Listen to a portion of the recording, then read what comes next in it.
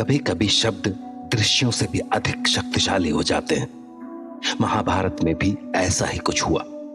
तब संजय ने शब्दों से जो दृश्य रचे, उनसे जन्म से अंधे धृतराष्ट्र को लगा जैसे वो कुरुक्षेत्र के उस भीषण युद्ध को साक्षात देख रहे हो।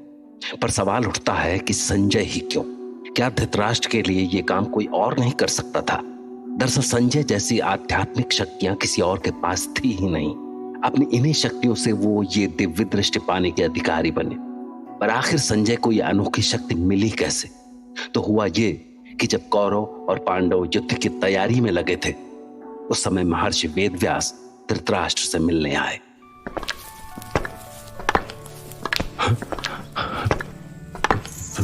वेद, आप? क्यों महाराज धृतराष्ट्र, किस चिंता में डूबे थे? कहीं युद्ध की तैयारी देखकर मन विचलित तो नहीं हो रहा? मैं जन्मांध क्या देखूंगा महर्षि, पर हां, हर क्षण मन में हलचल सी बनी रहती है। जाने क्या होगा।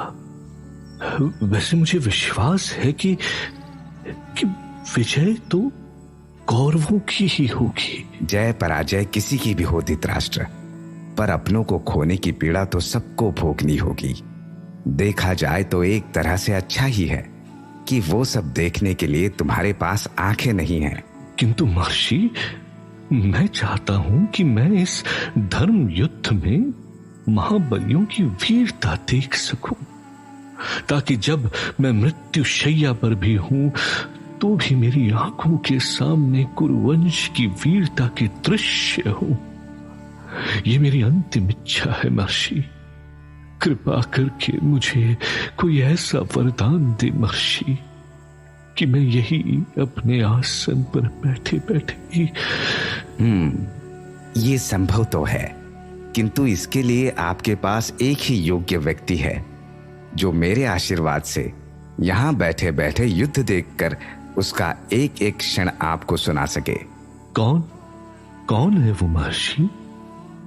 मैं उसे अभी बुलवाता हूं। बताएं कौन है वो? संजय। इस संसार में केवल संजय ही वो व्यक्ति है जो मेरे आशीर्वाद से प्राप्त दिव्य दृष्टि को धारण कर सकता है। वेदव्यास की वाणी सुनकर धृतराष्ट्र आशा से भर गए।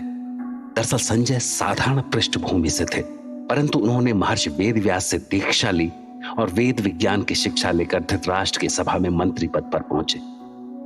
पहले तो वेदव्यास धृतराष्ट्र को ही ये दिव्य दृष्टि देना चाहते थे, पर फिर उन्हें लगा कि शायद धृतराष्ट्र अपने पुत्रों का ये सर्वनाश न देख सके, इसलिए उन्होंने ये दिव्य दृष्टि संजय को दी। और फिर संजय श्री कृष्ण के परम भक्त होने के नाते उन्हीं की तरह बिना किसी लाग लपेट के बात करना पसंद करते थे। यहां तक कि उन्होंने धृतराष्ट्र से कई बार साफ साफ कहा था, क्षमा करें महाराज, मैं सत्य और अपने कर्तव्यों के बीच टकराव नहीं आने देता। इसलिए मैंने आपसे बार बार कहा है कि शकुनी महाकुटिल है और आपको उससे सावधान रहना चाहिए।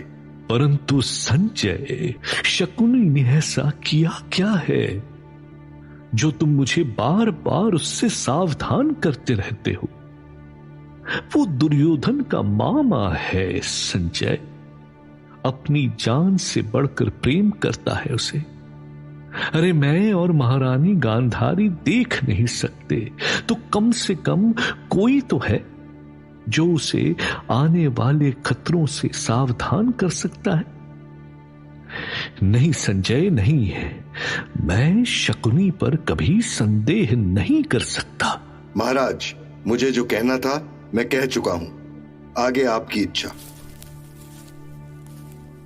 तो संजय के इन्हीं गुणों के कारण महर्षि वेदव्यास ने उन्हें दिव्य दृष्टि देने योग्य समझा, जिसके चलते वो राजसभा में बैठे धृतराष्ट्र को कुरुक्षेत्र की एक एक घटना सुना सके।